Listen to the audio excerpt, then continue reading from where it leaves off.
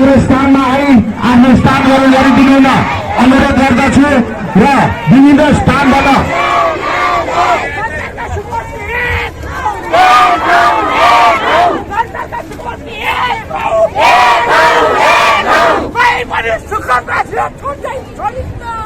विभिन्न स्थानबाट आफ्ना ब्यानर सहित उपस्थित हुनुभएका हाम्रा टोल विकास संस्था लगायत विभिन्न सदस्य समितिहरू पदाधिकारीहरू मात्र आफ्नो स्थानमा सुरक्षा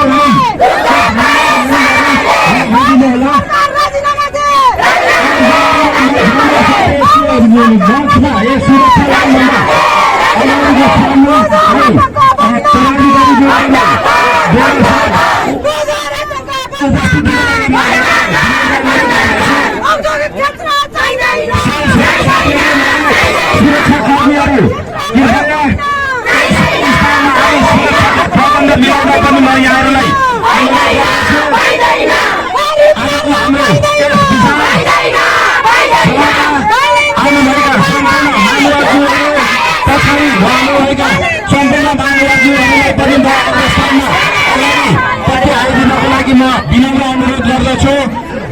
अहिले देशैभरि चलेको यस बजार आतंकका विरुद्धमा अमेरिस्थित देशवासीहरूलाई जुन किसिमको पीडा छ त्यो पीडालाई आज हामीहरूले यहाँबाट एउटा सन्देश दिनेछौँ र यो सन्देश देशैभरिबाट यसरी नै निस्किँदैछ। जुन किसिमले अहिले यो बजार आतंक सुरु गरेको छ यो बजार आतंक तुरुन्तै बन्द गर्न दबाब दिन आज हामी देशैभरि एउटा दबावमूलक कार्यक्रमको लागि यहाँहरूलाई जसरी आमन्त्रण गरेका थियो यहाँहरूको आउने क्रम जारी छ। हामीले समयमै आफ्नो कार्यक्रम सुरु गर्नेछौँ। सर्वप्रथम हाम्रो कार्यक्रम पत्रकार सम्मेलन हुनेछ। पत्रकार सम्मेलन पश्चात हामीले गरेको छ यसको विरुद्धमा हामी एकजुट भएका छौँ। यहाँहरूलाई त पुनः पत्रकारजीहरूलाई म हाम्रो स्थानमा आशा गरेर ल्याइदिनु न अनुरोध गर्दछु र हामीले विभिन्न क्षेत्रमा विभिन्न व्यक्तिहरूलाई निमन्त्रणा पनि गरेका छौँ। अतिथिको रूपमा पनि आउनुभएको छ।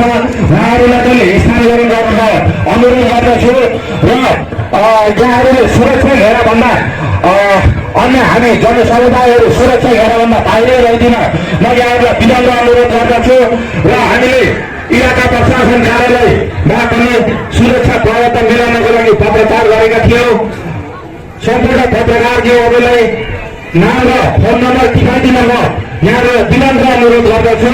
यहाँ हाम्रो यस आजको सङ्घर्ष समितिका संयोजक छवि राष्ट्रपतिज्यू हुनुहुन्छ। उहाँलाई सम्पूर्ण पत्रकारजीहरूले आज आउनुभएका पत्रकारजीहरूले आफ्नो नाम नम्बर टिकाइदिनको लागि म यहाँबाट विनम्र अनुरोध गर्दछु। अब हाम्रो कार्यक्रम लगत्तै सुरुमा गइरहेको छ। यहाँहरूले धैर्य धारण गरिदिनु होला।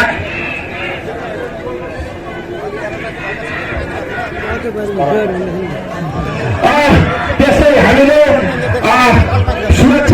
सुरक्षा प्रशासन इलाका प्रशासन कार्यालय देवीनगर चौपानी अस्थायी प्रहरी बिट जोडीकुटी प्रहरी बिट लगायतमा हामीले पत्र पठाएका थियौँ।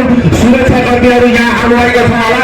कृपया केही सुरक्षाकर्मीहरू यस मञ्च क्षेत्रमा पनि आइदिनको लागि म यहाँहरूलाई विनम्र अनुरोध गर्दछु। सुरुमा लगत्तै सुरुमा गइरहेको छ। स्वयंसेवक भाइहरूलाई सुरक्षा प्रबन्ध मिलाइदिन र केही स्वयंसेवक भाइहरूलाई यस मञ्चमा आइदिन पनि म अनुरोध गर्दछु। अब हाम्रो कार्यक्रम सुरु गइरहेको छ। पत्रकार साथीहरू यहाँ उपस्थित भइसक्नुभएको छ। हामीले सर्वप्रथम यहाँ पत्रकार सम्मेलन गर्नेछौँ र उहाँहरूलाई विदाय गरिसकेपछि हामीले हाम्रा आजका तिनै तहका सरकारलाई ज्ञापनपत्र बुझाउने जुन कार्यक्रम रहेको छ त्यसको लागि हामीले सम्पूर्ण तिनै तहका सरकारलाई यहाँ निमन्त्रणा पठाएका थियौँ। उहाँहरू आउँदै हुनुहुन्छ। उहाँहरूलाई हामीले ज्ञापनपत्र बुझाउनेछौँ, आफ्नो कुरा राख्नेछौँ र यो हाम्रो आजको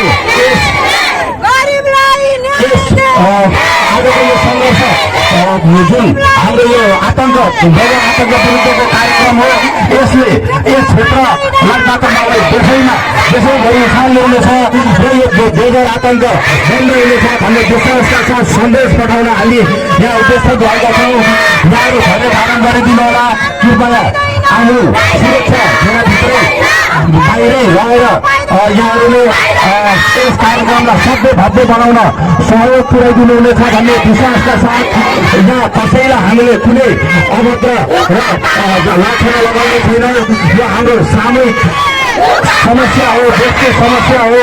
यसलाई हामीले एकदम शालीनतापूर्वक आज प्रस्तुत गरेर एउटा सन्देश प्रवाह गर्नेछौँ। कृपया यहाँहरूलाई म पुनः विनम्र अनुरोध गर्दछु, आफ्नो लाइन घेराभन्दा बाहिरै रहनुहोला र पछाडि रहनुभएका सम्पूर्ण मानवजीवहरू र अन्यत्र छरिएर रहनुभएका मानवजीवहरूलाई पनि म यस खेल मैदानमा उपस्थितिको लागि हार्दिक अनुरोध गर्दछु र सम्पूर्ण टोल विकास संस्थाहरूले आफूले ब्यानरसहित यहाँ प्रदर्शन गरिदिनुमा पनि म यहाँलाई अनुरोध गर्दछु। अब हाम्रो कार्यक्रम सञ्चालन हुन गइरहेको छ। केही क्षणमै हाम्रो कार्यक्रम सञ्चालन हुनेछ। अब यस स्टेजमा अन्य कृपया पत्रकारज्यूहरू बाहेक र हामीलाई निमन्त्रणा पठाएका व्यक्तिहरू बाहेक नबस्नु दिनु होला, यसलाई भिडियो नबनाइदिनु होला। आज हामी एकदम शालीनपूर्वक कुरा राख्नेछौँ। यहाँहरूको कुरा हामीले पत्रकारहरू मिडियालाई दिनेछौँ। हाम्रा संवादहरू उहाँहरूको अगाडि राखेर तानाशाही प्रधानमन्त्री बालेन्द्र शाहसम्म पुग्न हामीले पत्रकार गरेका छौँ। उहाँहरूलाई हामीले अवगति सुन्न दिनेछौँ। तपाईँहरू कति पनि गरेर मानिकन यो गोले पढेली भन्दा बाहिर गएर सुरक्षामा हामीलाई सहयोग पुर्याइदिनु हुन्छ भने हामीले आशा लिएका छौँ र हाम्रा टोलका जति पनि स्वयंसेवक साथीहरू हुनुहुन्छ जो हामीले दिन्छ जसलाई नाम टिपाउनु भएको थियो उहाँहरूले त्यो घेराको साइडमा साङ्लो हाम्रो चाहिँ सुरक्षा साङ्लो बनाएर खटिदिनु भनेर पनि म भुलिएर अनुरोध गर्दछु। यहाँ कुनै त्यस्तो किसिमको घटना हुने छैन। हामीले त कसैलाई पनि लान्छना लगाउनको लागि यहाँ आज उपस्थित भएको होइन। हामी सबै सुरुङवासी एक हौँ। राज्यको दमनकारी बजार आतंक विरुद्ध आवाज उठाउँ भन्ने नारालाई चाहिँ सम्पूर्ण बुटोलका छेउछाउमा छरिएर रहनुभएका सुकुम्बासीहरूलाई हामीले प्रचार गर्ने आज हाम्रो यस खुला खेल मैदानमा जम्मा गरेका छौँ। आउने दौरान जारी रहेको हुँदा हाम्रो चाहिँ यो सुरक्षालाई पनि हामीले ध्यान दिनुपर्छ। किनभने हामीले स्थानीय तह, प्रदेश, केन्द्र गरी पुरै तहका चाहिँ हामीले हाम्रा चाहिँ जवाबदेही निकायहरूलाई चाहिँ हामीले यस मञ्चमा आज बोलाएका छौँ। अब केही समयमा हाम्रो बुटोल उपमहानगरपालिकाका वडा जनप्रतिनिधि, बुटोल उपमहानगरपालिका वडा नम्बर 11 का जनप्रतिनिधि, बुटोल उपमहानगरपालिकाका मेयर, उपमेयर, लुम्बिनी प्रदेशका माननीय सांसद तुलसी प्रसाद चौधरी, हाम्रो केन्द्रीय माननीय रूपन्देहीका केन्द्रीय माननीय ज्ञानु पौडेल पनि आउँदै हुनुहुन्छ भन्ने जानकारी आएको छ। उहाँ पनि सायद आउनुहुन्छ होला। हाम्रो रूपन्देहीका 12 सांसद माननीयहरूलाई चाहिँ योभन्दा अगाडि नै उहाँहरूलाई जानकारी गराएका थियौँ, तर कार्यव्यस्तता हो या अन्य कुनै कामले गर्दाखेरि चाहिँ हामीसित केही कोर्डिनेसन भएको थिएन र भर्खरै 10 मिनट पहिला जानकारी आएको छ। एकजना भए पनि ज्ञानु पौडेल जो माननीय हाम्रो चाहिँ समानुपातिक सांसद हुनुहुन्छ रूपन्देहीको, उहाँ चाहिँ आउने भन्ने हामीलाई जानकारी आएको छ। त्यो हुँदा कति पनि आवश्यक परेको खण्डमा हामी तपाईँहरूलाई आफैले भन्नेछौँ नारा लगाउनुहोस्, जुलुस लगाउनुहोस्, तर एकछिनलाई पत्रकार सम्मेलनलाई चाहिँ डिस्टर्ब नगरिदिनु हुन। यो सेतो परिधिभन्दा बाहिर गएर पत्रकारहरूलाई चाहिँ सहयोग गरिदिनु हुन विनम्र अनुरोध गर्दै केही समयपछि हामीले औपचारिक कार्यक्रम राख्ने नै छौँ। हस् जाउँ होइन त हराउँछु समाज एकछिन दाइसँग बस।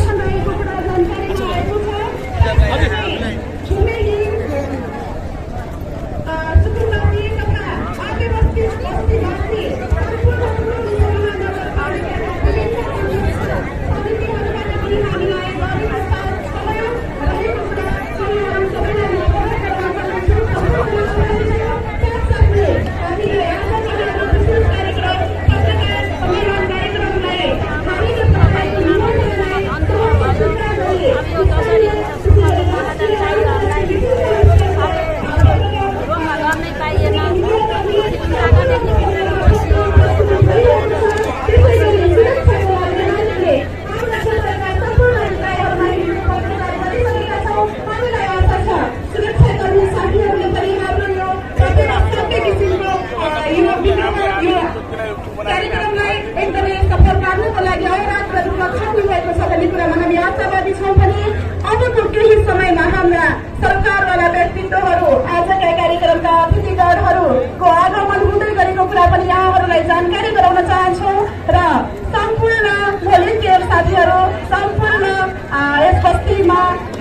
जान स्वयंसेवकको रूपमा खटाएका साथीहरूलाई हाम्रो यो भिड, हाम्रो यो र्यालीलाई व्यवस्थापन गरेर यथा स्थानमा सहज रूपमा बसिदिन आग्रह गर्दछु। म सबैजनालाई मिलाएर व्यवस्थापन रूपमा राखिदिनु हुन म सम्पूर्णलाई आग्रह गर्दछु। हामीलाई पीडा छ, हामीलाई छटपटी छ, हामीलाई दाह छ। पक्कै पनि 2083 साल वैशाख 14 गतेको पत्र पश्चात यो बस्तीमा पनि आगो बोलेको छ। यहाँका जनसमुदायहरूको मन मुटुमा पनि रातमा निद्रा छैन, दिनमा भोक छैन। हामी सबै त्यसैको बारेमा आज घोर विद्रोह शान्तिपूर्ण तरिकाले गर्न गइरहेका छौँ। यो कार्यक्रममा पाल्नुहुने सम्पूर्णले हामीलाई साथ सहयोग दिएर कार्यक्रम सफल बनाउनुहुनेछ भन्ने कुरामा हामी विश्वस्त छौँ र केही समयमा म औपचारिक रूपमा कार्यक्रमलाई सुरु गर्नेछु। धन्यवाद।